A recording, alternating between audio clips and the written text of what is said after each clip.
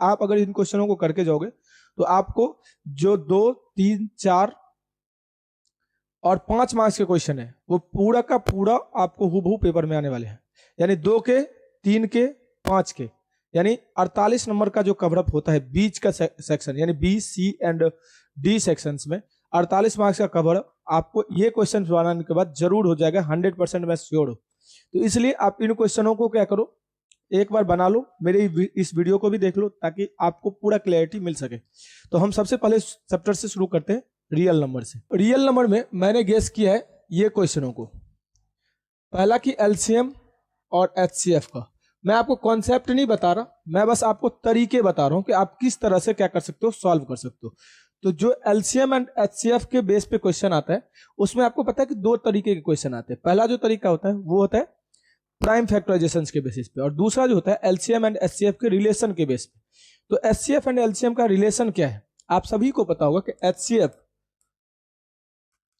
Into LCM equal to में होता है product of 2 number, product of 2 number, ये होता है।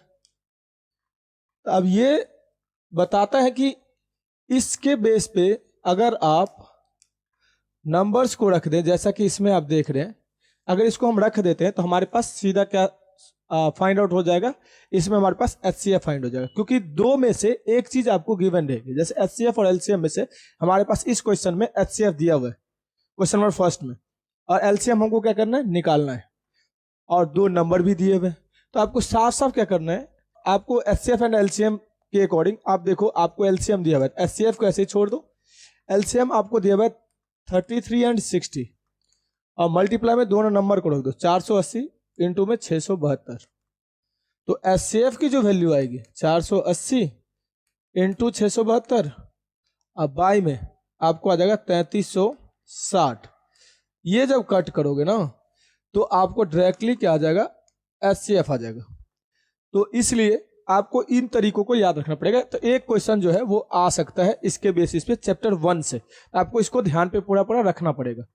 इस वाले क्वेश्चन में तो ये मोस्ट प्रोबेबल क्वेश्चन है, 5 माइनस 2 रूट 3 7 रूट 5। तो 5 माइनस 2 रूट 3 7 माइनस रूट 5, इसमें आपको अगर सॉल्यूशन करना है तो आपको एक चीज ध्यान पे रखना पड़ेगा कि आपको इस क्वेश्चन के लिए रूट 3 की जो वैल्यू होगी वो गिवन होगी कि वो इरेशनल है। इसमें 4 चीजें आती है। पहला कि आपको रूट 3 के साथ कोई ना कोई ऐसा नंबर दे देगा जो कि प्लस में रहेगा, या रूट 3 के साथ कोई ना कोई ऐसा नंबर दे देगा जो कि माइनस में रहेगा, या मल्टीप्लाई में रहेगा, या डिवाइड में रहेगा। आपको ज्यादा लंबा स्टेटमेंट नहीं लिखना है, आपको करना क्या है, आप उस नंबर को पी बाई क्यू में मान लेना। जैसे 3 रूट 2 है और इसको हमको इरेशनल प्रूफ करना है, जिसमें रूट 2 गिवन है, रूट 2 गिवन है कि ये इरेशनल है। देन हमको क्या करना है, 3 रूट 2 को पी बाई क्यू मान लेना है। मान लिया पी बाई क्यू मानने के बाद क्रॉस मल्टीप्लाई कर देना, क्रॉस मल्टीप्लाई कर दो तो देखो क्या आ गया, रूट 2 3 रूट 2 क्यू बराबर में क्या आ गया, पी। अब इसको क्या करो, रूट 2 क्यू बराबर में पी बाई 3। अब देखो यहाँ पर रूट 2 तो हमारे पास इरेशनल था ही, और उसके साथ एक नंबर मल्टीप्लाई हो रहा है जिसको हम क्या कह सकते हैं कि ये एक नंबर है जो इंटीजर्स है। इसलिए अब यहाँ पर स्टेटमेंट लिख देंगे, अगर किसी नंबर को किसी इरेशनल नंबर के साथ मल्टीप्लिकेशन कर दिया जाता है, डिवाइड कर दिया जाता है, प्लस कर दिया जाता है, माइनस कर दिया जाता है, तो वो नंबर जो था वो एक इरेशनल नंबर में कन्वर्ट हो जाता है।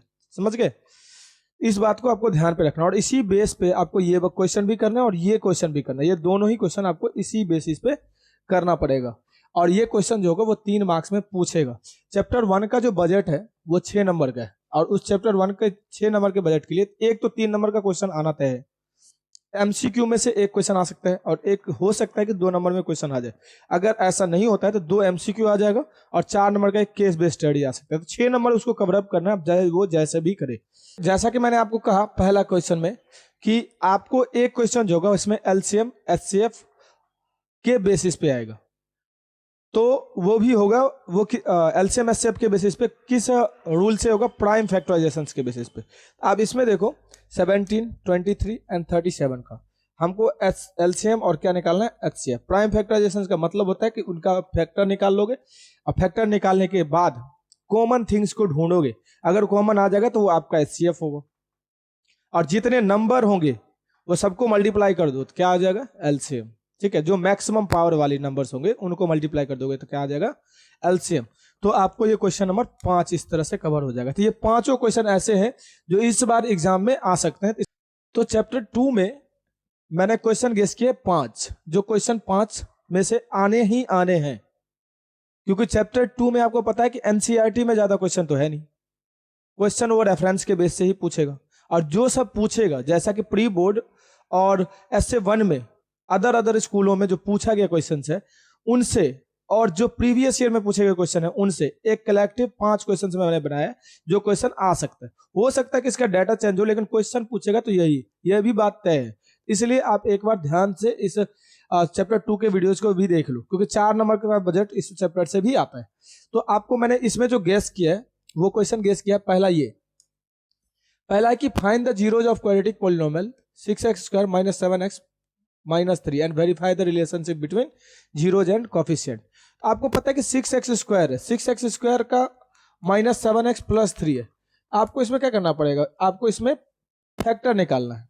फैक्टर निकाल करके वेरीफाई करोगे। क्वेश्चन में आप क्या करोगे, ऐसे क्वेश्चन में आप फैक्टर निकाल लोगे। फैक्टर निकालने के बाद आप उसके जीरो को वेरीफाई करोगे। मान लो फैक्टर के बाद आपके जीरोज 2 आते हैं, एक्स की कुछ वैल्यू आती है और वाई की मतलब एक और एक्स की कुछ और वैल्यू आती है, एक और एक्स की वैल्यू कुछ आती है।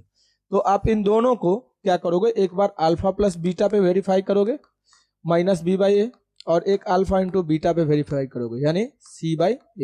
इन दोनों का वेरीफाई जो करोगे इनके जीरोज के साथ में करोगे, इनके जीरोज के साथ में करोगे तो तब जाकर के आंसर आएगा। और मैं बता दूं, बेसिक के जो बच्चे हैं उनके 3 मार्क्स में ये क्वेश्चन आना तय है।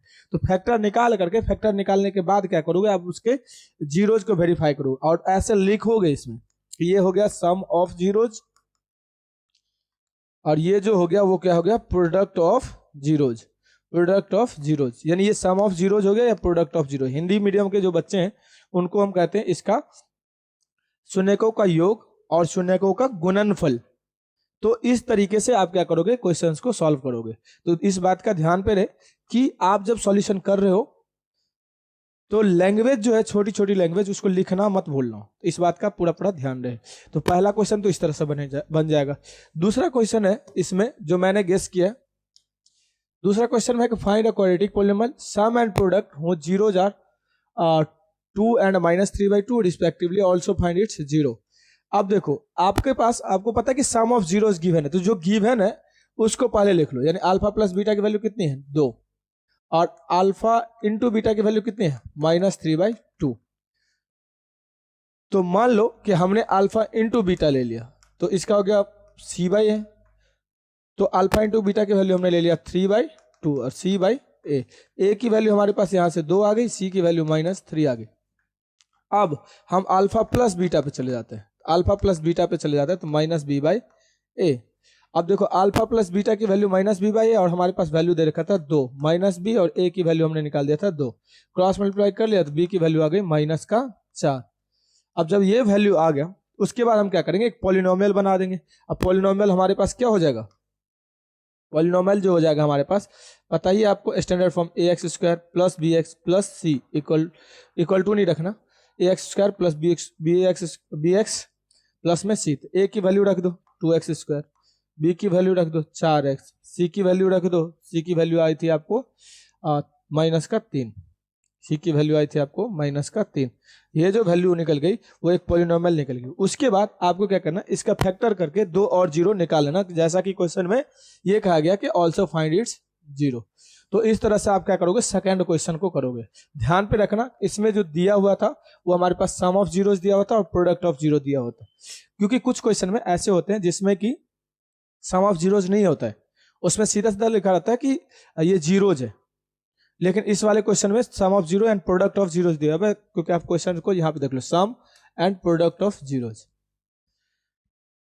उसके बाद है नेक्स्ट थर्ड क्वेश्चन। देखो इसमें कह रहा, थर्ड क्वेश्चन में कह रहा है कि वेरिएबल k की वैल्यू निकालनी है। थर्ड क्वेश्चन में k की वैल्यू जो निकालेंगे तो इसमें हमारे पास एक जीरो तो दिया हुआ ही है ना। अब पॉलिनोमियल क्या दिया हुआ है, पॉलिनोमियल देखो third question x² + 3x + k। अब हमारे पास जो जीरोज दिया हुआ है, जीरोज क्या बताया 2, हम लग देंगे 2 का स्क्वायर प्लस 3 इंटू 2 प्लस के इक्वल टू में रख दिया 0। इक्वल टू में 0 इसलिए रखा क्योंकि इस पॉलिनोमियल में ये इसका जीरोज था। रखने के बाद अब 4 प्लस 6 प्लस के बराबर में 0 कर देना, तो के बराबर जो वैल्यू आ जाएगी वो कितनी आ जाएगी माइनस का 10। वेरिएबल में इस बात का ध्यान पे रखना क्योंकि वेरिएबल वाला क्वेश्चन आपको चैप्टर 2 से भी पूछेगा और चैप्टर 4 से भी पूछेगा। जो क्वालिटी की क्वेश्चन है उससे भी ये क्वेश्चन पूछना तय है, तो इस बात का थोड़ा ध्यान रहे। उसके बाद है क्वेश्चन नंबर 4। क्वेश्चन नंबर 4 देखो कि ए एंड बी है zeros of quadratic polynomial 2x² minus 5x plus 7, then find a quadratic polynomial whose zeros are. ये तो ये अल्फा एंड बीटा दिया हुआ है हमारे पास। अब देखो अल्फा एंड बीटा दिया हुआ है तो हम सबसे पहले क्या करते हैं कि 2x² माइनस 5x प्लस 7 लेते हैं, और इसके बाद जब ये वैल्यू हमारे पास निकल जाती है तो इसके जीरोज हमें पता था कि ए और बी है, यानी इसका जीरोज ए था और क्या था बी था। ठीक है, अगर हम ये देखें तो हमारे पास अगर अल्फा प्लस बीटा इसमें देखें यानी ए प्लस बी देखें, ए प्लस बी की जो वैल्यू आएगी वो आ जाएगी 5/2, और ए इंटू बी की जो वैल्यू देखें वो आ जाएगी 7/2।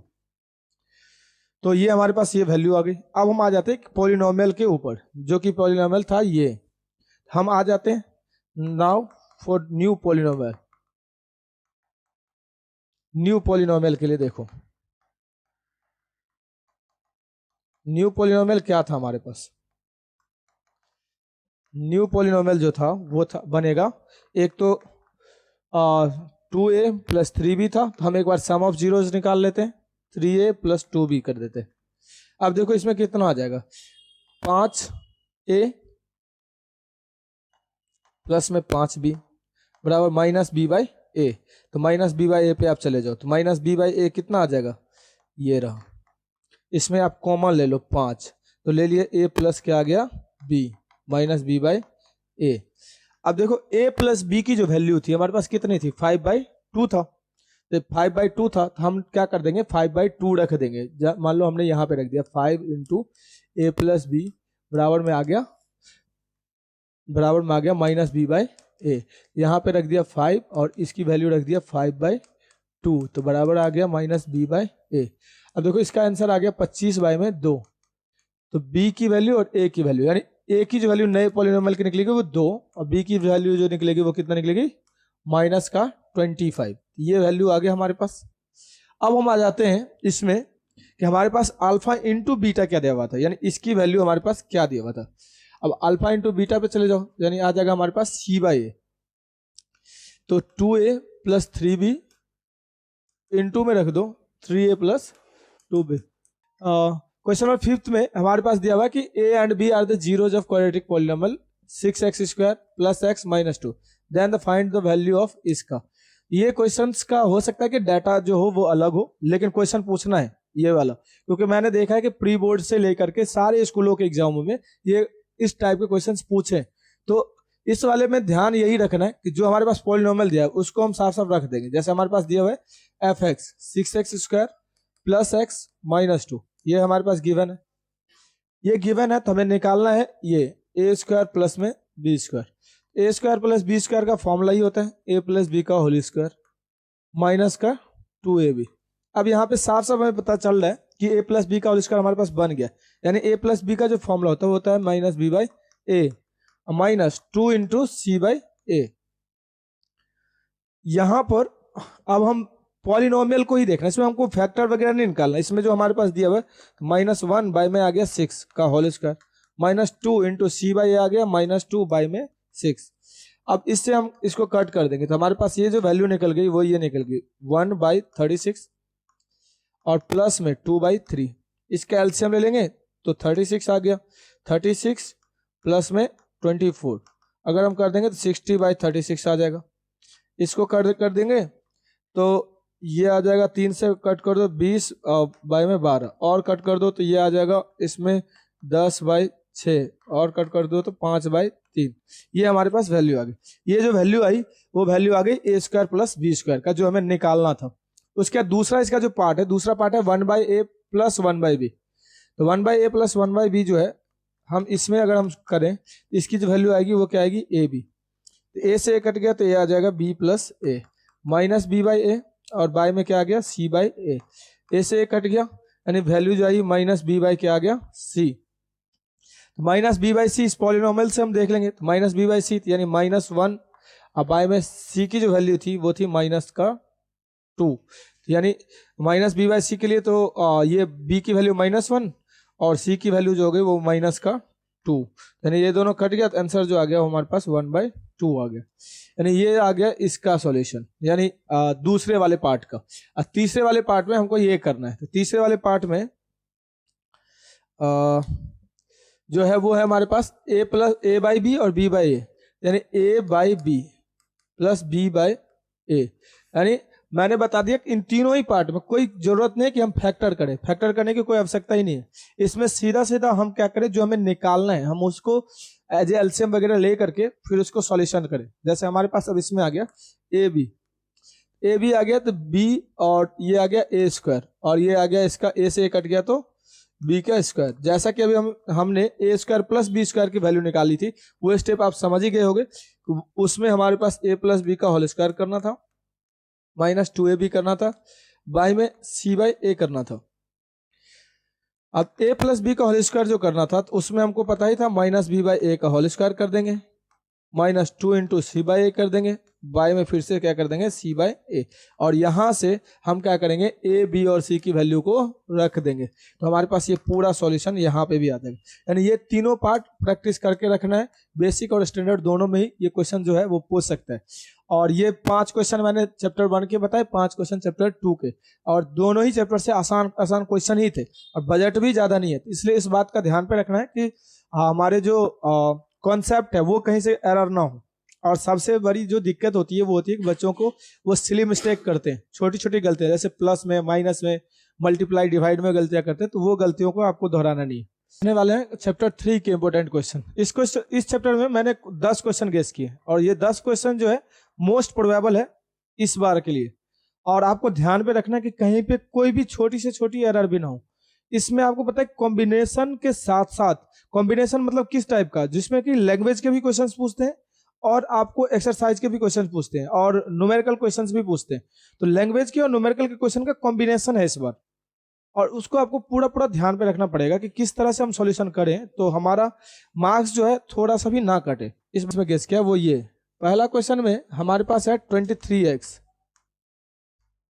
माइनस का 29y इक्वल टू में 98, और दूसरा जो गेस किया हूं वो है 29x माइनस का 23y इक्वल टू में 10110।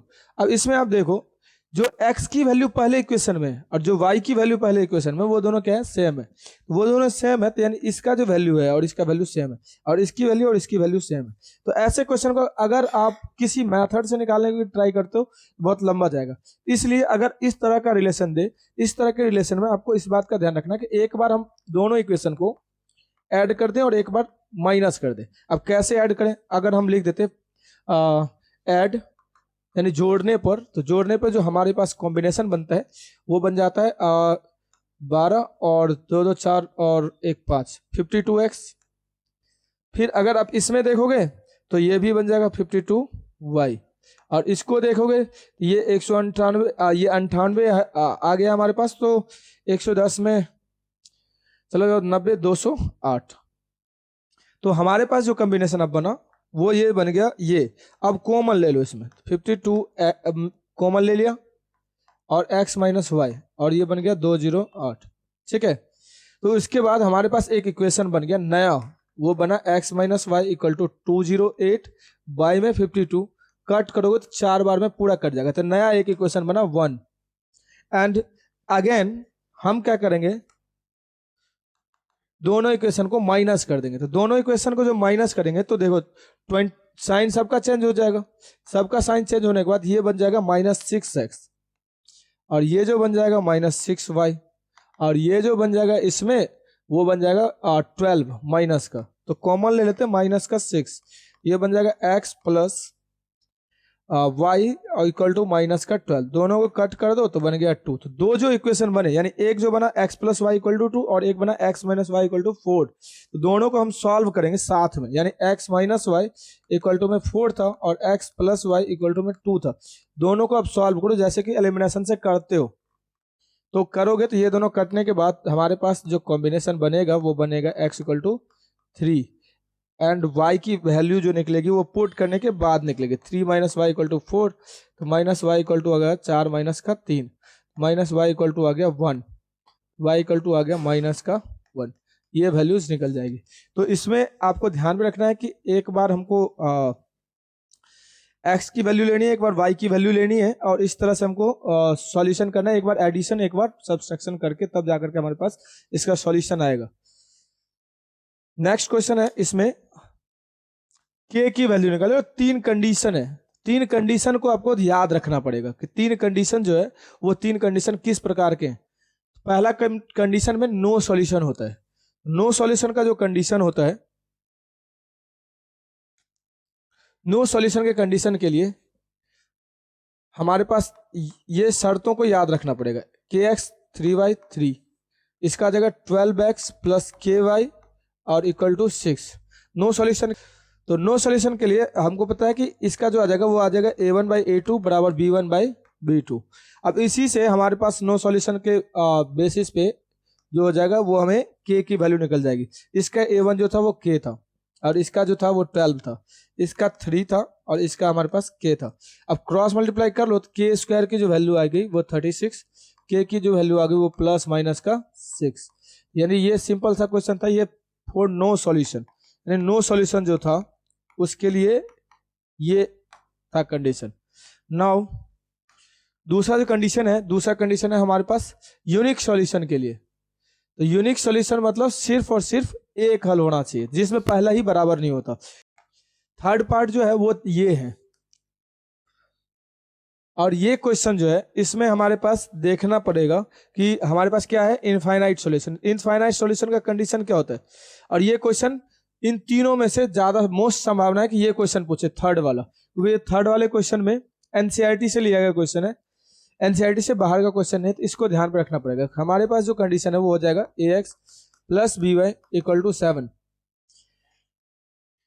एंड इसमें जो हमारे पास दे रखा है वो है दूसरा equation ax plus Y and minus B X minus Y और 3a प्लस बी माइनस का 2। तो ये क्वेश्चन का पूछने का संभावना है। तो कंडीशन हम सबसे पहले लिखेंगे, लेकिन उससे पहले हम इक्वेशन को सॉल्व कर लेते हैं। इसमें हमको ये याद रखना है ax plus ay minus bx plus by equal to 3a plus b minus 2। ऐसा इसलिए मैंने किया क्योंकि इसमें हमारे पास जो कॉमन था वो a एंड b था, हमको कॉमन में x एंड y चाहिए, इसमें हमारे पास ये दे रखा है, तो इस बात को हमें ध्यान रखना पड़ेगा। तो हम क्या कर देते हैं, अब x वाले को एक साथ ले लेते हैं, ax माइनस में ले लिया bx प्लस ay प्लस में ले लिया by। अब हमारे पास कंडीशन बन गई। अब कंडीशन बन गई तो देखो अब हमारे पास क्या कंडीशन बनी, यानी हमारे पास जो कंडीशन बनी ax और bx में,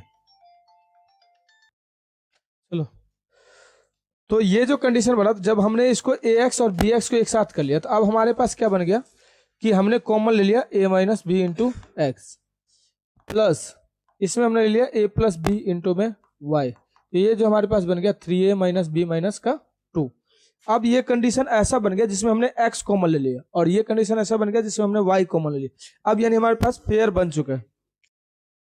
इसके लिए कंडीशन आएगा a1 by a2 b1 by b2 and c1 by c2। ये जो कंडीशन आता है इसके लिए, तो हमारे पास आ जाएगा इसमें a बाई a माइनस का b।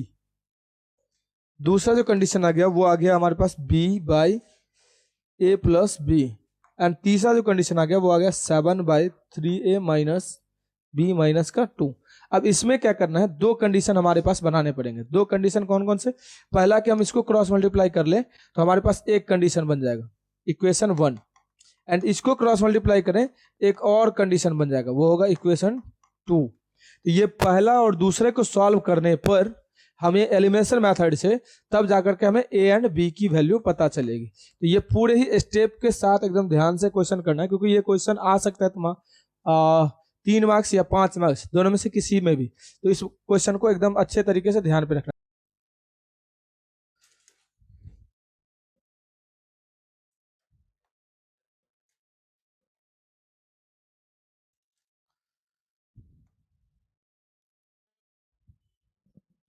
तो इसके बाद जो हम क्वेश्चन देखने वाले हैं वो है कि हमारे पास ये दे रखा है 2x plus 3y equal to 4, 3x minus 5y equal to minus 5, set the region bounded by the above line and y axis.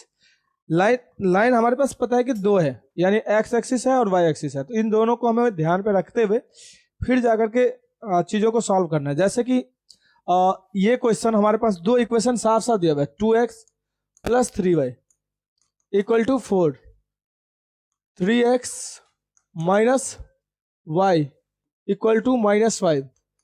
आप 9th क्लास में पढ़े होगे कि इसका हम जो ग्राफ है वो किस तरह से हम ग्राफ बना सकते हैं। तो ग्राफ बनाने के लिए हमको साफ साफ है कि हम इसमें क्या करेंगे, दो सॉल्यूशन निकालेंगे। फर्स्ट इक्वेशन के लिए दो सॉल्यूशन होना चाहिए एंड सेकेंड इक्वेशन के लिए भी 2 सॉल्यूशन होना चाहिए।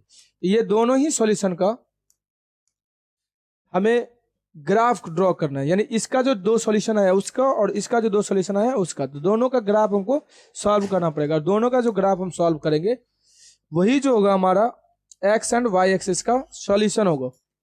और उसके बाद ये ग्राफ बनने के बाद हमारे पास ऐसा कंडीशन बन जाएगा कि हम इसको क्या कर सकते हैं, चाहे जो भी ग्राफ बने और इसके पास जो एरिया बाउंड हो वाई एंड एक्स एक्सिस के द्वारा, उसको हम क्या कर देंगे, शेड कर देंगे। अगर शेड करेंगे तो वो हमारे पास क्या निकल जाएगा, इसका सॉल्यूशन भी निकलेगा। और सॉल्यूशन के लिए आपको पता है कि यहाँ से हम परपेंडिकुलर लाइन भी खींचते हैं, नहीं ये लाइन हो गया और ये लाइन हो गया, ये जो हो गया वो एक्स एंड वाई का सॉल्यूशन हो गया। और इस चीज को हमको ध्यान पे रखना है। और कोई भी ग्राफ का क्वेश्चन आएगा, ग्राफ का क्वेश्चन तो एक आता ही आता है 3rd चैप्टर से, अगर ये ग्राफ का क्वेश्चन आता है तो हमको इस बात का ध्यान पे रखना पड़ेगा कि पहले ग्राफ बना करके एक्स एंड वाई की वैल्यू चाहे तो लिख सकते हैं एंड उसके बाद जो एक्स एक्सिस के द्वारा जो एरिया है उसको सेट करेंगे, लेकिन तभी करेंगे जब वो बोलेगा कि सेट करना है, तभी करेंगे।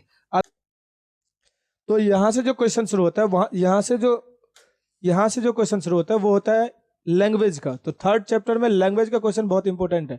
लैंग्वेज के क्वेश्चंस को सॉल्व करने के लिए सबसे बड़ा और ट्रिक ये है कि हमको ये देखना है कि हमें निकालना क्या है। यानी जैसे हमारे पास यहाँ पे देखो कि निकालना है फाइंड द नंबर्स, अब इसमें देखना है फाइंड द फ्रैक्शंस, उसके बाद find the present age of Noori and Sonu. तो ये 3 जो क्वेश्चन है लैंग्वेज के बेस पे है, एक डिजिट के बेस पे, एक फ्रैक्शन के बेस पे, एक एज के बेस पे। तो ये तीनों चैप्टर, ये जो तीनों क्वेश्चन लिए गए हैं वो एनसीईआरटी से रिलेट करते हैं। तो एनसीईआरटी से रिलेट करते हैं तो हमको ये देखना पड़ेगा कि हमको जो निकालना है पहले हम उसको ही एक्स एंड वाई माने। और जैसे हमारे पास नंबर निकालना है, इस वाले क्वेश्चन में हम नंबर को सीधा मान लेंगे x y, let the number is x y, ये हम मान लेंगे, नंबर इज एक्स वाई, हमने ये मान लिया। उसके बाद कह रहा है कि sum of 2 digit number and the number obtaining by reversing the digit is 66 if the digits of the number difference by 2। अब डिजिट्स क्या है इसके नंबर के, y और क्या है x है, यानी डिजिट्स जो है इसके y एंड x है, यानी इनके डिजिट्स का डिफरेंस दे रखा था। हम इक्वेशन 1 बना देंगे, लिख देंगे फ्रॉम क्वेश्चन, यानी प्रश्न से x minus Y equal to लिख दिया 2, इक्वेशन 1 बना दिया। दूसरा जो पार्ट होगा नाउ अदर पार्ट जो होगा वो अदर पार्ट में हमको ये करना है कि डिजिट्स को रिवर्स करने पर, यानी कह रहा है sum of 2 digit number and the number obtaining by reversing the digit is 66। जब हम दोनों डिजिट को के सम को निकालते हैं और उसका जो रिवर्स होता है तो हम देखते हैं कि इसका प्लेस है टेंस, इसका प्लेस है यूनिट, यानी हम इसमें क्या कर देंगे 10x प्लस वाई, और इसी को उल्टा जब करते हैं 10y प्लस एक्स, ये जो होता है reversing the digit is 66, the number obtained by reversing the digit is 66। अब हमारे पास 2 कंडीशन बन गया इसमें, the sum of 2 digit number and the number obtained by reversing the digit। अच्छा,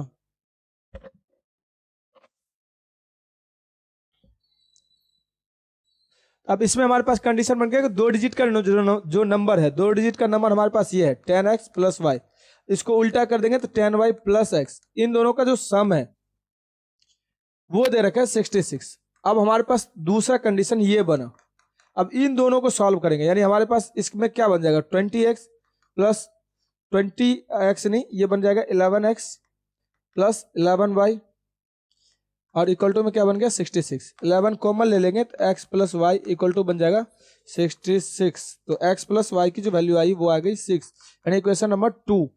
यानी इस तरह से करना है। अब इसमें हमने क्यों ये इस तरह से पहचान किया, क्योंकि यहाँ पे साफ साफ लिखा है, ये यहाँ पर देखो, आप देखोगे तो 10 साम लिखा हुआ है and a 2 digit number and the reversing the digit, यानी यहाँ से लेके यहाँ तक एक पार्ट है और वो दे रखा है 66, यानी दोनों डिजिट्स को जोड़ने के बाद जो एक नंबर बनता है वो 66 के बराबर है। तो इससे हमारे पास दूसरा इक्वेशन बना। फिर उसके बाद सॉल्व करोगे तो x और y की वैल्यू निकल जाएगी, जो ही हमारे पास एक नंबर होगा। इस तरह से इस क्वेश्चन को हमको सॉल्व करना है, यानी क्वेश्चन नंबर 5। अब हम करेंगे क्वेश्चन नंबर 6 को। तुम लोगों को लिखना हो तो लिखते चलना, समझ में आ ही जाएगा, क्योंकि मैं स्लो तरीके से चल रहा हूँ। ठीक है,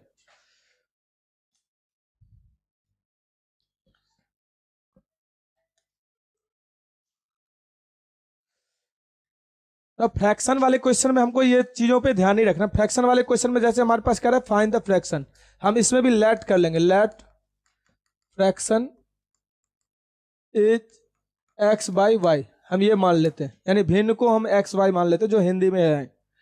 अब ये कह रहा है कि फ्रैक्शन जो है वो 9/11 हो जाता है कब, जब 2 ऐड किया जाता है नोमिनेटर एंड डिनोमिनेटर दोनों में। तो हम आ जाते हैं क्वेश्चन पे, लिख देंगे यहाँ पे फ्रॉम क्वेश्चन। क्वेश्चन लिखने के बाद x बाई वाई में हम क्या कर देंगे, दोनों में 2 ऐड कर देंगे, दोनों में 2 ऐड कर दिया तो ये 9/11 हो जाता है। क्रॉस मल्टीप्लाई कर लो, यहाँ पे बन जाएगा 11x plus 22 equal to 9y plus 18। यहाँ पे जो हमारे पास कंडीशन बना 11x माइनस 9y 18 माइनस का 22, यानी एक कंडीशन ये बन गया हमारे पास माइनस का 4, ये कंडीशन बन गया। अब ये कंडीशन पहला बन गया। अगेन हमारे पास ये दे रखा है कि अगर 3 ऐड कर दिया जाए बोथ नोमिनेटर एंड डिनोमिनेटर में, तो हम तीनों दोनों में ऐड कर देते हैं। अब हम देखते हैं, अनदर पार्ट लिख देंगे यहाँ पे, another part of question. Another part of question लिखेंगे तो हमारे पास फ्रैक्शन क्या था x बाई वाई, और इसमें हमने 3 ऐड कर दिया, 3 ऐड कर दिया तो हमारे पास जो फ्रैक्शन बन गई वो फ्रैक्शन जो बनी 5/6। क्रॉस मल्टीप्लाई कर दिए, क्रॉस मल्टीप्लाई करने पे हमारे पास बन गया 6x प्लस 18 5y प्लस 15, ये कंडीशन बन गया। 6x माइनस 5y 15 माइनस का 18, यानी ये जो कंडीशन बना वो बन गया हमारे पास माइनस का 3, यानी इक्वेशन नंबर हम 2 बना देंगे। यानी पहला इक्वेशन ये बन जाएगा, दूसरा इक्वेशन ये बन जाएगा। फिर कई सारे मेथड है, एलिमिनेशन है, सब्स्टिट्यूशन है, किसी से भी हम सॉल्व करेंगे तो हमारे पास x एंड y की जो वैल्यू आएगी वही हमारे पास फ्रैक्शन बन जाएगा, यानी x बाई वाई जो होगा वो हमारे पास क्या होगा, फ्रैक्शन हो जाएगा। उसके बाद हम आ जाते हैं अगला क्वेश्चन जो एज के बेसिस पे। तो एक क्वेश्चन जो है वो एज के बेस पे भी पूछता है। एज के बेसिस पे जो क्वेश्चन है, जैसे मैंने इस पीडीएफ में मैंने ये क्वेश्चन को लिया है, अगर ये क्वेश्चन कर लोगे तो एज के बेसिस पे जो भी क्वेश्चन है सारा बन जाएगा। अब फ्रैक्शन था तो हमने एक्स बाई वाई माना, और नंबर था तो एक्स वाई मान लिया। जब एज है तो 2 लोगों का एज के बारे में बात करेगा। इसमें हमारे पास नूरी एंड सोनू के एज के बारे में बात कर रहा है, तो नूरी एंड सोनू के एज के बारे में बात कर रहा है, हम दोनों के लेट कर लेंगे एक्स एंड वाई। तो एज को हम प्रेजेंट एज मानेंगे, ना कि हम पीछे वाला या कुछ भी। तो इसमें हमको लिखना पड़ेगा let the present age of Noori and Sonu is x and y, यानी हमारे पास जो ये रहेगा उसको हम मानेंगे कि वर्तमान आयु क्या है, वो एक्स और वाई है। ये स्टेटमेंट आप खुद से लिख लोगे। उसके जैसा जैसा क्वेश्चन कहेगा लिख देंगे यहाँ पे according to question, according to question, यानी हमारे पास प्रश्न से अगर हम देखेंगे तो 5 ईयर्स अगो कर रहे हैं, तो प्रश्न से हमने इसका तो मान लिया एक्स और उसका माना था वाई, 5 साल दोनों में आप कर दो माइनस, क्योंकि एगो मतलब होता है पहले। तो 5 ईयर्स एगो जो था, नूरी जो था वो क्या था, थ्राइस ओल्ड था सोनू से, यानी थ्राइस ओल्ड, यानी 3 गुना बराबर था 5 साल पहले। अब इसको सॉल्व करो तो हमारे पास x minus y, x minus 5 और इक्वल टू हो गया 3y माइनस का 15। इक्वेशन को क्या बना दिया 1। अब इसको और थोड़ा सॉल्व कर लो, यानी x minus 3y minus 15 plus का 5। अब ये जो हमारे पास बन गया x minus 3y equal to बन गया माइनस का 10, इक्वेशन 1। नाउ अगेन जो हमारे पास दूसरा कंडीशन दिया हुआ है, तो दूसरे कंडीशन में हम क्या करेंगे, जाएंगे दूसरे कंडीशन में हमारे पास दे रखा है कि 10 ईयर्स लेटर 10 ईयर्स लेटर में यानी x में हम 10 साल जोड़ेंगे, y में भी 10 साल जोड़ेंगे। ये नूरी का था और ये सोनू का था। अब इसमें करें कि 10 साल के बाद जो हो जाएगा नूरी ट्वाइस रह जाएगी, ट्वाइस मतलब डबल कर देंगे। तो डबल हमने कर दिया तो x प्लस 10 कर दिया और 2y प्लस में 20 कर दिया। इसको हमने सॉल्यूशन किया तो x माइनस 2y 20 माइनस का 10, यानी ये जो कंडीशन बना x minus 2y equal to में 10, इक्वेशन नंबर 2, यानी 1 एंड 2 इक्वेशन बन गया इसका। तो 1 और 2 इक्वेशन जैसे बन गया तो हम इसको क्या कर देंगे, सॉल्यूशन करेंगे by the method of elimination, क्योंकि एलिमिनेशन मेथड जो होता है वो थोड़ा सा आसान होता है अकॉर्डिंग टू दूसरे मेथड के, यानी जो हमारे पास सब्स्टिट्यूशन है या फिर ग्राफ है उसको हम करेंगे तो बहुत लंबा चला जाएगा, इसलिए हमको इन चीजों को ध्यान पे रखना है। क्वेश्चन नंबर 8 को, क्वेश्चन नंबर जो 8 है वो हमारे पास दे रखा है किसी ट्रायंगल ABC के लिए, जैसे ट्रायंगल ABC के लिए दिया हुआ है C बराबर 3B बराबर में दे रखा है 2 इंटू A प्लस B और कह रहा है कि तीनों एंगल को फाइंड करो। तो जो स्टैंडर्ड के बच्चे हैं उनमें ये 1 नंबर में क्वेश्चन पूछ सकते हैं, क्योंकि एक ही नंबर में ध्यान पे रखना पड़ता है, खास करके इसमें जो पूछता है एंगल B का, लेकिन जो बेसिक है उसमें सीधा 3 नंबर में पूछ सकते हैं क्वेश्चन। तो हमको ट्रायंगल ABC में हमको एक चीज तो पता है कि तीनों एंगल की जो वैल्यू होती है यानी A plus B plus C की वैल्यू 180 होती है, बट रिलेशन हमको देखना पड़ेगा कि क्या रिलेशन है। एक साफ साफ रिलेशन है कि C बराबर हमारे पास 3B दे रखा है एंड नाउ हम A की वैल्यू निकाल लेते हैं रिलेशन के अकॉर्डिंग। तो हमारे पास जो कंडीशन है वो 2A प्लस 2B बराबर दे रखा है 3B का। अब इससे हम जब A की वैल्यू सॉल्व करते हैं B के टर्म में तो हमारे पास आ जाता है 2A बराबर में 3B माइनस का 2B और A की जो वैल्यू आ जाती है वो आ जाती है B बाई 2, यानी हमारे पास ये A की वैल्यू आ गई, ये C की वैल्यू आ गई। अब B तो खुद B है ही, तो हमको इस चीज को भी देखना पड़ेगा। तो B खुद है तो हम आ जाएंगे तीनों एंगल के लिए, angle A plus angle B plus angle C बराबर में 180 डिग्री। तो हमारे पास A की वैल्यू हमने यहाँ पे रख दिया B बाई 2, B का तो खुद वैल्यू भी था, इसका था 3B, हम आ जाएंगे 180 डिग्री। यहाँ पे हम एलसीएम ले लेंगे 2 तो B plus 2B plus 6B, तो हमारे पास आ गया 180, यानी हमारे पास क्लियर होगा 6 2 8 1 9B, 9B बाई में 2 बराबर में कितना आ गया 180, क्रॉस मल्टीप्लाई कर देंगे। हमें पता है कि 9B बराबर में 360, यानी B की जो वैल्यू आ गई वो आ गई 360 है ना, 360 बाई में 9 यानी कट के कितना आ गया 40, और हमारे पास C की जो वैल्यू आ गई वो था 3B, 3 इंटू 40 यानी कितना आ गया 120। अब हमने देख लिया कि A की जो वैल्यू आ गई वो B बाई 2 था, तो B बाई 2 मतलब 40 बाई कितना था 2, A का, तो ये A का आ गया, C का आ गया और ये B का आ गया। नंबर 9 ये भी एनसीईआरटी का एक क्वेश्चन है और वो है Yash scored 40 marks in a test getting 3 marks for each right answer, getting 3 marks for each right answer and losing 1 marks for each wrong answer, had 4 marks been awarded for each correct answer and 2 marks has been deducted for each incorrect answer, then yes would have scored 50 marks. How many questions were there in a test? ये अगर test में कितने questions थे हम देख लेते हैं कि यस ने जो है वो करेक्ट आंसर के लिए करेक्ट आंसर जो दिए वो x दिए और जो इनकरेक्ट आंसर दिए वो y दिए। तो हम करेक्ट आंसर के लिए हम x देख लेते हैं और इनकरेक्ट के लिए y देख लेते हैं। तो पहला लैंग्वेज तो यही स्टेटमेंट आ जाएगा कि यस ने पेपर में जो अटेम्प्ट किए वो करेक्ट के लिए x एंड y जो थे वो इनकरेक्ट के लिए, यानी सही के लिए x और गलत के लिए क्या दिया y। तो उसको यस को मिलता है 40 मार्क्स टेस्ट में। तो सबसे बड़ी जो चीज है वो हम देखेंगे, पहला ये लिख देंगे फ्रॉम क्वेश्चन या फिर according to question. From question करेंगे तो 3 मार्क्स मिलता है ईच राइट आंसर के लिए, तो पहला आ जाएगा 3x क्योंकि राइट के लिए ये था। अब फिर लॉस करता है वो 1 नंबर यानी y इक्वल टू उसको मिलता है 40, इक्वेशन नंबर 1। अगेन अब हम देखते हैं अगेन में ये कह रहा है कि फिर से राइट आंसर के लिए उसको मिलता है 4 नंबर, तो 4 नंबर इसके लिए और उसको 2 नंबर डिडक्ट होते हैं रॉन्ग के लिए, 2 नंबर जो होते हैं वो डिडक्ट होते हैं रॉन्ग के लिए, तो इसका जो नंबर आ जाता है वो कितना आता है 50, यानी ये जो हो जाएगा इसका इक्वेशन नंबर 2 हो गया। यानी दोनों को अगर हम सॉल्व करेंगे यानी पहला और दूसरा को जो हम सॉल्व करेंगे तो हमारे पास जो वैल्यू आएगी वो आएगी x एंड y की, जो x की आएगी वो करेक्ट आंसर की होगी, जो y की आएगी वो लॉस की आएगी, और दोनों को जब हम जोड़ देंगे यानी राइट और रॉन्ग को जब हम जोड़ेंगे तो हमारे पास जो कंडीशन आएगा यानी राइट को और रॉन्ग को जब जोड़ेंगे हमारे पास जो टोटल नंबर ऑफ क्वेश्चंस की वैल्यू आ जाएगी कि टेस्ट में टोटल नंबर ऑफ क्वेश्चन जो थे वो कितने थे, ये वैल्यू हमें पता चल जाएगा। इसके लिए हमको इसको थोड़ा ध्यान पे इस चीजों को रखना पड़ेगा।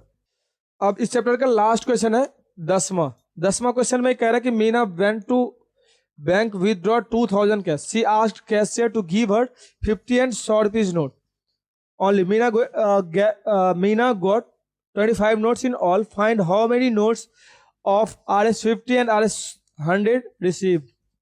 हम लेट करेंगे, इसमें भी वही स्टेटमेंट आपको फिर से लिखना है कि मीना को 50 रुपीज के नोट और 100 रुपए के नोट जो थे वो एक्स एंड वाई मिले रिस्पेक्टिवली लिखना है, यानी क्रमशः, यानी एक्स जो था वो 50 के लिए था और वाई जो था 100 रुपए के लिए था। ये लेट कर लेना है। लेट करने के बाद हम क्वेश्चन से जाएंगे, जैसा कि हमने 5-6 क्वेश्चन में देखा, फ्रैक्शन में, एज में, डिजिट्स में, सब में ये देखा कि लास्ट में जो हमको निकालना है हमको उसी को लेट करना है। हमको लास्ट में क्या निकालना है वो हमको देखना है। यानी ये कह रहा है 50 and 100 रुपये के नोट कितने कितने थे, हमको ये निकालना है। इस क्वेश्चन में हमने देखा कि टोटल नंबर ऑफ क्वेश्चंस कितने थे, एंड पीछे वाले जो क्वेश्चन था फ्रैक्शन में हमने एक्स और वाई माना, क्योंकि उसका जो न्यूमरेटर और डिनोमिनेटर था वो एक्स और वाई था। तो इस चीज को हमको ध्यान पे रखना है कि हमको निकालना क्या है, जो निकालना है हमको उन चीजों को ध्यान पे रखना है। तो इसीलिए उसी को हम एक्स और वाई मानेंगे। तो इस वाले क्वेश्चन में भी एक्स हम मान लेते हैं ₹50 के लिए और वाई मान लेते हैं हम ₹100 के लिए। अब ये मानने के बाद हम इक्वेशन पे आएंगे, फ्रॉम क्वेश्चन लिखेंगे। फ्रॉम क्वेश्चन लिखने के बाद हमारे पास जो था वो था कि उसने 2000 रुपये निकाले बैंक से। तो 2000 निकाले तो हमने 50x ले लिया 50 रुपये के नोट के लिए, एंड 100y जो था वो ₹100 के लिए था। तो 2000 रुपये उसको विड्रॉ किए। अगेन दूसरी बार में उसके पास टोटल नोट जो रिसीव हुए 25 हुए, यानी x प्लस वाई की जो वैल्यू थी वो कितनी हुई 25। अब इससे हम लोग कॉमन भी पहले राउंड में ले सकते हैं, 50 x plus y, x plus 2y equal to आ जाएगा 2000, एंड x प्लस 2y की जो वैल्यू आ जाएगी वो 2000, y में 50, 0 से 0 कट कर देंगे, 4 और 0 यानी 40 आ जाएगा। यानी पहला जो इक्वेशन हमारे पास बना वो बन गया x plus 2y equal to 40, and यहाँ पे जो हमारे पास दूसरा इक्वेशन बना हुआ था वो था x plus Y equal to में 25। दोनों इक्वेशन को अगर हम सॉल्व करेंगे तो हमारे पास x एंड y आ जाएगा, जो कि 50 रुपीज और 100 रुपये के नोट होंगे। तो इस तरह से हमको क्वेश्चन करना। थर्ड चैप्टर तो कोई भी क्वेश्चन भारी नहीं होता। दो ही टाइप के क्वेश्चन है, एक तो है जो लैंग्वेज वाले हैं, दूसरा जो है वो है न्यूमेरिकल टाइप के क्वेश्चन। न्यूमेरिकल में भी हमको पता है कि सब्स्टिट्यूशन, एलिमिनेशन एंड ग्राफ के क्वेश्चन जो है उसको हमको सॉल्व करना पड़ता है। तो मैंने इसमें 10 क्वेश्चन में वो सारे टॉपिक को कवर किए हैं जो कि इस बार एग्जाम में आ सकते हैं। कोई भी ऐसा टॉपिक नहीं है कि छोड़ा है। क्वेश्चंस लैंग्वेज वाले में तो थर्ड चैप्टर से तो डेफिनेटली आएगा। अब ये देखना है कि कौन सा क्वेश्चन इनमें से आता है। 10 क्वेश्चन जो गेस क्यों ध्यान पे रखना है, जिसमें कि मैंने जो unique solution and no solution and एक जो क्वेश्चन था वो इनफाइनाइट सॉल्यूशन वाला, ए एंड बी की वैल्यू निकालने वाला वो क्वेश्चन, और इसमें कि यस स्कोर्ड वाले पे ये क्वेश्चन सबसे ज्यादा मोस्ट है कि इस बार आ सकता है। इसको थोड़ा ध्यान पे रखना। अब हम आ जाएंगे चैप्टर नंबर 4 पे। आप ज्यादातर क्वेश्चन में देख सकते हो फर्स्ट, सेकंड एंड थर्ड में लैंग्वेज वाले मैंने लिए। यहाँ पर एक के का क्वेश्चन लिया है और यहाँ पे एक न्यूमेरिकल क्वेश्चन लिया है। न्यूमेरिकल क्वेश्चन में ये ज्यादा संभावना है, लेकिन हो सकता है कि इसकी जगह पे कोई दूसरा क्वेश्चन भी पूछ सकता है। तो मैं एक और क्वेश्चन को कवर अप दूंगा जिसमें कि अलजेब्रिक वैल्यू ना होकर के कोई दूसरी वैल्यू हो। तो पहले हम इन क्वेश्चनों को कर लेते हैं कि कौन कौन से जो क्वेश्चन लिए हो उनको सॉल्यूशन किस तरह से करेंगे। मैक्सिमम क्वेश्चन मैंने एनसीईआरटी से लिए और एनसीईआरटी से डाटा मैच नहीं किए। जैसे ये क्वेश्चन है, इसमें मैंने नेम अलग है इसमें, और उसमें जो है वो दूसरे नेम से दिया गया है, बट क्वेश्चन दोनों में से कोई से भी आ सकता है। तो हमको मैक्सिमम चीज ये देखना है कि ये टाइप सेम होना चाहिए। टाइप अगर सेम है तो हम उसको ही कवर अप देंगे। तो पहला जो क्वेश्चन है, पहला क्वेश्चन मैंने लिया है कि क्लास टेस्ट में रंजीता जो है वो मार्क्स करती है मैथ्स और इंग्लिश में 40, दोनों को मिला करके 40 मार्क्स करती है, और उसको जो नंबर होता है had she got 3 marks more in mathematics and 4 marks less in English, then the product of marks would have been 360। यानी हमको ये कह रहा है क्वेश्चन में कि रंजीता को जो नंबर आते हैं मैथ्स और इंग्लिश का मिला करके 40 आता है, और अगर उसको मैथ्स में 4 मार्क्स कम नहीं, had she got marks more in mathematics, अगर 3 मार्क्स जो है वो मैथमेटिक्स में ज्यादा और 4 मार्क्स जो है इंग्लिश में कम आते, तो उनके जो प्रोडक्ट होते हैं वो 360 हो जाता है। हम ऐसे लेट कर लेंगे, क्योंकि पहला क्वेश्चन है तो मैं लैंग्वेज भी लिख देता हूँ। लेट रंजिता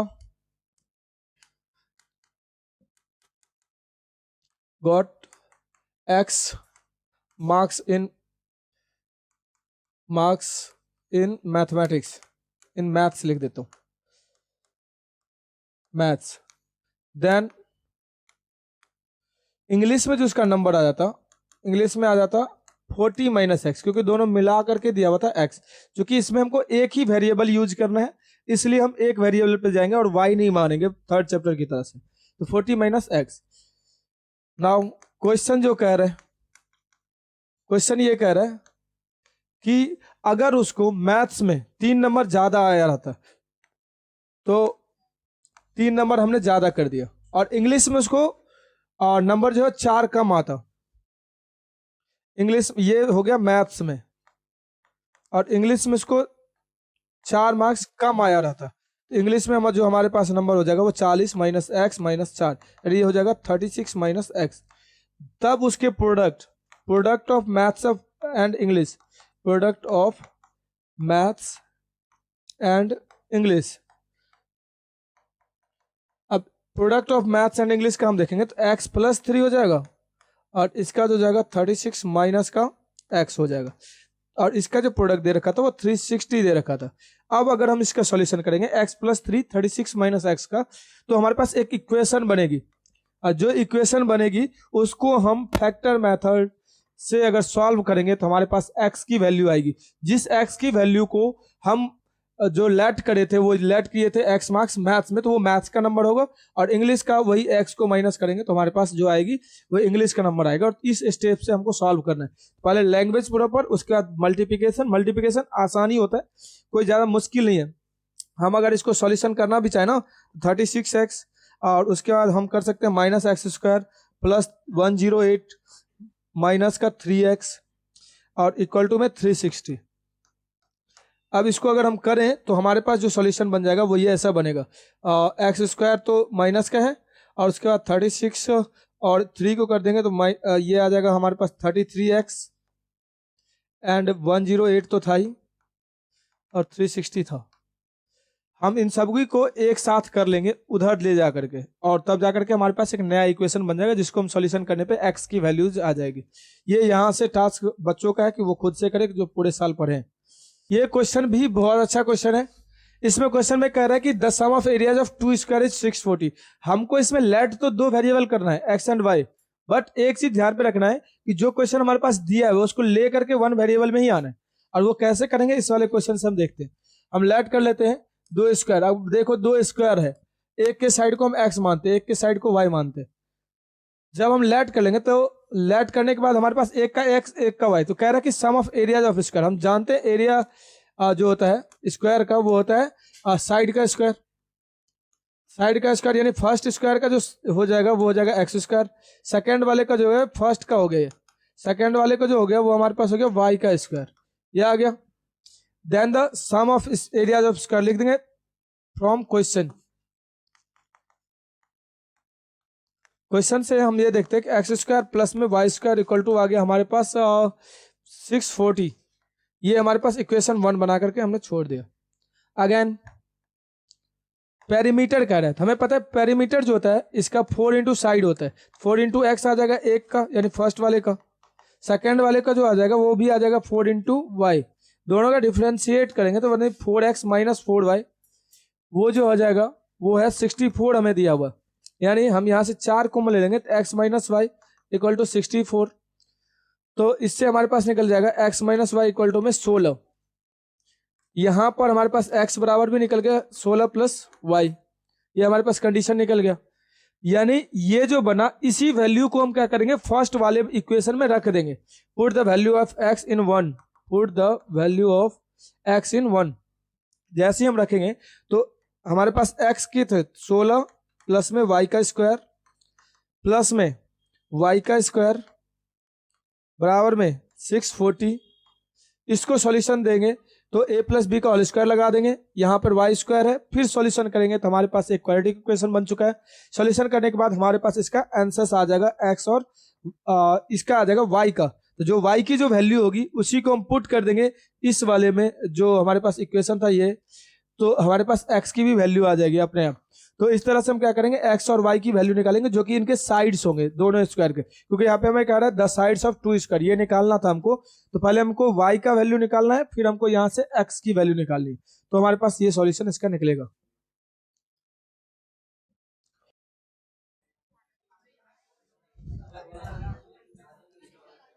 चलो क्वेश्चन नंबर 5 देखते हैं। क्वेश्चन नंबर 4, एपी का क्वेश्चन नंबर 4 देखते हैं। इसमें हल्ला करना है तो मैं पहले ही बोल चुका हूं, तुम लोग जा सकते हो घर। मैं अभी कंटिन्यूटी जितना देर का टाइम है 11 बजे तक, तब तक मैं बनाऊंगा। अब लैपटॉप स्विच ऑफ हो या जो भी हो। इसमें फोर्थ क्वेश्चन में हमारे पास दिया हुआ है कि एपी में 1/n, mth टर्म दिया हुआ है 1/n और nth टर्म दिया हुआ है 1/m। इसको हमें ध्यान पे रखना है। तो हम सबसे पहले जो दिया हुआ है यानी am हमारे पास दिया हुआ 1/n, am की वैल्यू 1/n ये हमारे पास दिया हुआ, और an की वैल्यू दिया हुआ 1/m। ये क्वेश्चन मैं स्टैंडर्ड के लिए परसों की क्लास में बताया था सबको, एक बार हम देख लेते हैं। तो am में हम लिख देते हैं, जो हमें पता है कि जो भी टर्म्स होता है उसमें से 1 माइनस करके इनटू में d करते हैं, तो हमारे पास 1/n हो गया। इसको हम इक्वेशन 1 बना लेते हैं। और दूसरे वाले में a प्लस n-1 इंटू में d बराबर में 1/m कर लेते हैं, इक्वेशन 2। ये बनाने के बाद जब दो इक्वेशन बनता है तो लीनियर इक्वेशन में टू वेरिएबल का कॉन्सेप्ट यूज करते हैं, और minus minus minus sign change करने के बाद a से a कैंसिल हो जाती है। अब हम देखते हैं मल्टीप्लाई करते हैं, तो md माइनस का d माइनस nd प्लस का d बराबर में 1/n माइनस का 1/m, ये वाला कॉन्सेप्ट यूज करते हैं। इसके बाद d से d कट जाएगा, तो d से d जब कट जाएगा तो हमारे पास यहाँ पर कॉमन आ जाएगा d, और यहाँ पे हमने एलसीएम ले लिया mn कॉमन ले लिया, तो n से n कट गया तो m माइनस का n बचा, जिससे कि ये दोनों भी कट गए, तो d की वैल्यू 1/mn बच गया। यही d की वैल्यू को हम पहले वाले इक्वेशन में पुट कर देंगे। Put the value of d, value of d in one equation में हमने पुट कर लिया। हमारे पास जो कंडीशन बना वो बना ये a plus m-1 into D की जगह पे हमने 1/mn रख दिया, बराबर में रख दिया 1/n। यहां से a plus m into 1/mn minus का 1/mn बराबर 1/n। यहां से हम देखते हैं कि ये और ये कैंसिल हो जाता है, फिर बचता है 1/n, तो 1/n और 1/n भी कैंसिल हो जाता है। a की जो वैल्यू बचेगी वो माइनस है तो उधर चला जाएगा प्लस में, यानी ये हमारे पास 1/mn ही बचा। a की भी वैल्यू, a और d की वैल्यू सेम आ गई। अब हमें जो निकालना था, हमें निकालना था कि सो दैट ये टर्म प्रूफ करो कि mn टर्म जो होगा, mn टर्म के लिए यानी हम लिखेंगे amn, ये जो होगा वो होगा a plus mn minus 1 into D. अब हम इसके लिए देखते हैं, a की वैल्यू पुट कर देते हैं 1/mn प्लस mn को mn ही छोड़ देते हैं, और d की जगह पे फिर से 1/mn ये करते हैं। अब हमने देखा कि 1/mn तो हो ही गया, प्लस इसको मल्टीप्लाई करते हैं, तो mn इंटू 1/mn, अब माइनस का 1/mn, ये माइनस ये प्लस कट जाएगा, mn कट जाएगा, तो आंसर जो बचेगा वो क्या बचेगा 1। यही हमारे पास वेरिफिकेशन करना था, ये प्रूफ हो गया।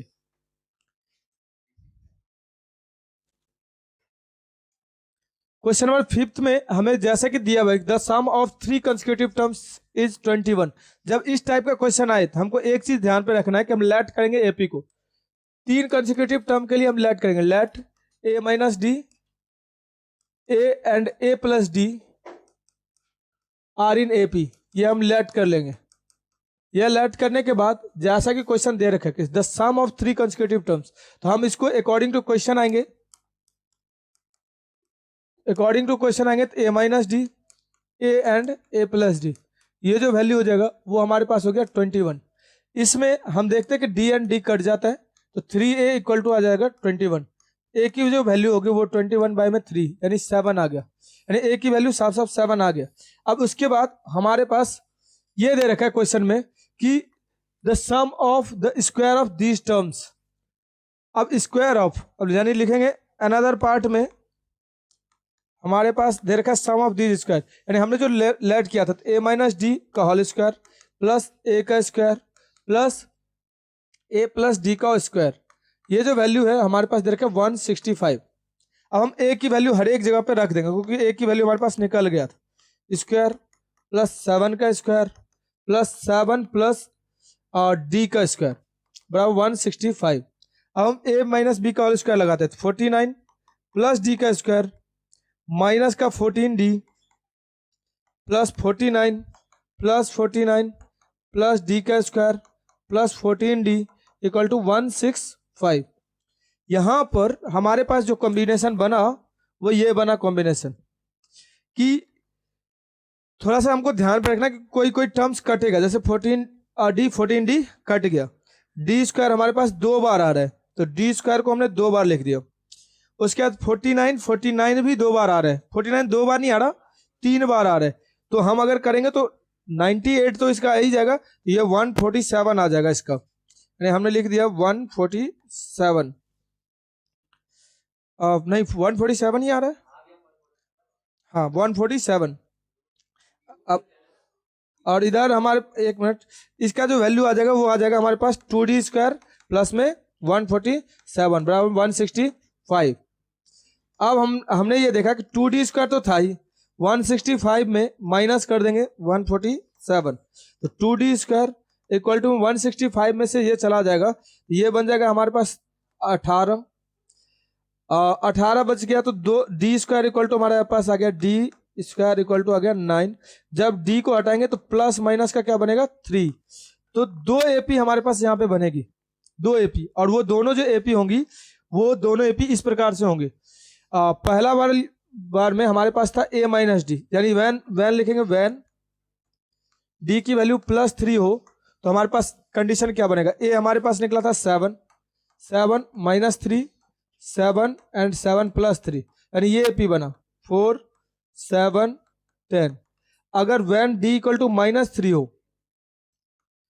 d इक्वल टू क्या हो -3, तो हमारे पास ये कंडीशन बन जाएगा 7 माइनस माइनस +3 7 एंड 7 माइनस 3, यानी ये जो AP बन गया वो बन गया 10 7 और 4, ये 2 AP बनेगा हमारे पास। तो ये इस तरह से हमें AP निकालना था, लिखा हुआ भी था फाइंड द टर्म्स, तो इसको हमें ध्यान पे रखना है इस क्वेश्चन को भी। क्वेश्चन नंबर 9 के लिए तुम्हारे पास जो दिया हुआ है उसको एक बार तुम देख लो, क्योंकि ये भी क्वेश्चन तुम्हारे NCERT का क्वेश्चन है और 5.3 क्वेश्चन नंबर 4 का क्वेश्चन है ये वाला जो मैंने 9 में डाला है। 9 क्वेश्चन देखो, इसमें तुम्हारे पास दिया हुआ है एक AP जो 9 17 25, ये तुम्हारे पास एक AP है और इसमें तुम्हें कह रहा है कि कितने ऐसे टर्म्स लेने चाहिए कि इनका सम जो 636 हो जाए, तो यानी कितने ऐसे टर्म्स लेने चाहिए, तो तुम्हारे पास सम जो दे रखा है, यानी SN हमारे पास दिया हुआ है 636 और A की वैल्यू हमारे पास क्या दिया हुआ है 9 एंड D की वैल्यू हमारे पास इसमें कितना दिया हुआ है 8। अब हम आ जाते हैं SN वाले सीधा फॉर्मूले पे। SN का जो फॉर्मूला है वो है n/2 2a plus n-1 into D. तो SN की वैल्यू हमने रख दिया 636, n की वैल्यू हमारे पास था नहीं, 2a की वैल्यू था, ये नहीं था, d की वैल्यू था, तो 636 n/2 18 प्लस 8n-8। अब हम आ जाते हैं 636 n/2 10 प्लस 8n, तो इसमें आ गया 636 n/2, कॉमन ले लिया 2, 5 प्लस क्या आ गया 4n, 2 से 2 कट गया तो हमारे पास बन गया 636 बराबर में इधर 5n प्लस 4n स्क्वायर। अब इसका हमें कुछ नहीं करना, जैसे कि पता है कि हमें फैक्टर करना पड़ेगा, तो उसके बाद हमारे पास n की वैल्यू निकल जाएगी। फैक्टर तुम लोग खुद से ही कर लोगे तो n की वैल्यू तुम्हें निकल जाएगा, और अगर नेगेटिव आएगी तो n की वैल्यू नॉट पॉसिबल, पॉजिटिव आएगी तो n की वैल्यू पॉसिबल।